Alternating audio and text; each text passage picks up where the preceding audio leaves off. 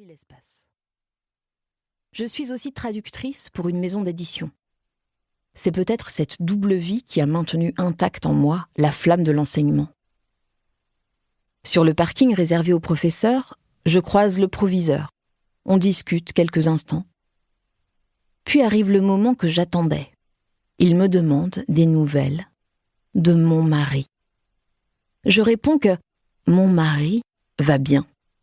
Cette expression me fait toujours le même effet 13 ans après notre mariage. Des frissons de fierté quand je glisse que mon mari travaille dans la finance à un dîner. Quand je précise à la maîtresse de ma fille devant les grilles de l'école que c'est mon mari qui viendra chercher les enfants jeudi.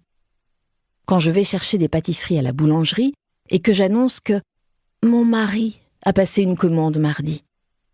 Quand je raconte l'air faussement détaché, alors qu'en réalité je trouve cela infiniment romantique, que j'ai rencontré mon mari par hasard à un concert de rock, lorsqu'on me demande comment nous nous sommes connus. Mon mari n'a plus de prénom. Il est mon mari. Il m'appartient. Le lundi a toujours été mon jour préféré. Parfois, il se part d'un bleu profond et royal, bleu marine, bleu nuit, bleu égyptien ou bleu saphir. Mais plus souvent, le lundi prend l'apparence d'un bleu pratique, économique et motivant, adoptant la couleur des stylos bic, des classeurs de mes élèves et des vêtements simples qui vont avec tout. Le lundi est aussi le jour des étiquettes, des bonnes résolutions et des boîtes de rangement. Le jour des choix judicieux et des décisions raisonnables. On m'a déjà dit qu'aimer le lundi était un truc de première de la classe, que seuls les intellos pouvaient se réjouir que le week-end se termine. C'est peut-être vrai. Mais cela relève surtout de ma passion pour les débuts. Dans un livre, j'ai toujours préféré les premiers chapitres. Dans un film, les 15 premières minutes. Au théâtre, le premier acte. J'aime les situations initiales, quand chacun est à sa place dans un monde à l'équilibre. En fin de matinée, je fais lire un texte à mes élèves.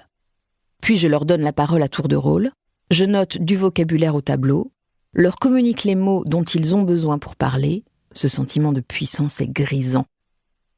Dans l'extrait que nous étudions aujourd'hui, l'un des personnages porte le même prénom que mon mari.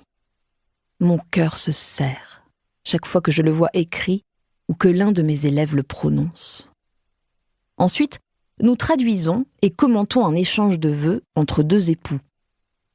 Mes élèves sont familiers de cette tradition anglo-saxonne souvent reprise dans des séries américaines et souvent interrompue par un ancien amant en pleine reconquête. C'est l'occasion d'étudier l'utilisation de l'auxiliaire grâce à la réponse tant de fois espérée du « I do ». Je le veux. Pendant que les derniers élèves quittent la salle, j'ouvre les fenêtres pour faire disparaître l'odeur de fin de cours. Un mélange de transpiration et de feutre pour tableau blanc. Le mélange aussi des parfums trop sucrés, des filles, et trop musqués, des garçons. Les hormones adolescentes raffolent de ces effluves super concentrés qu'on trouve en grande surface. C'est peut-être ce genre de parfum que je devrais acheter. Je porte depuis des mois celui d'un petit parfumeur confidentiel que j'espérais torride, mais qui se révèle désespérément lisse sur ma peau. Comment savoir quels sont les parfums à la mode quand on a 16 ans ? Je pourrais inventer un exercice sur le thème des odeurs et demander à mes élèves de décrire leurs parfums, à la fois instructif pour moi, trouver des idées pour un nouveau parfum, et pour eux, enrichir leur vocabulaire olfactif. Rosa est passée quand j'étais au lycée. Je m'arrange pour ne pas la croiser, car je ne sais jamais quoi lui dire. Je n'ai pas l'aisance des personnes riches depuis suffisamment longtemps pour savoir comment parler à ma femme de ménage.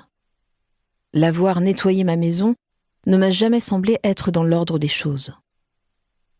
Il flotte une douce odeur de propre, celle des serviettes moelleuses qui sentent fort la lessive dans la salle de bain, et des draps propres en lin, adoucis par le temps dans nos lits.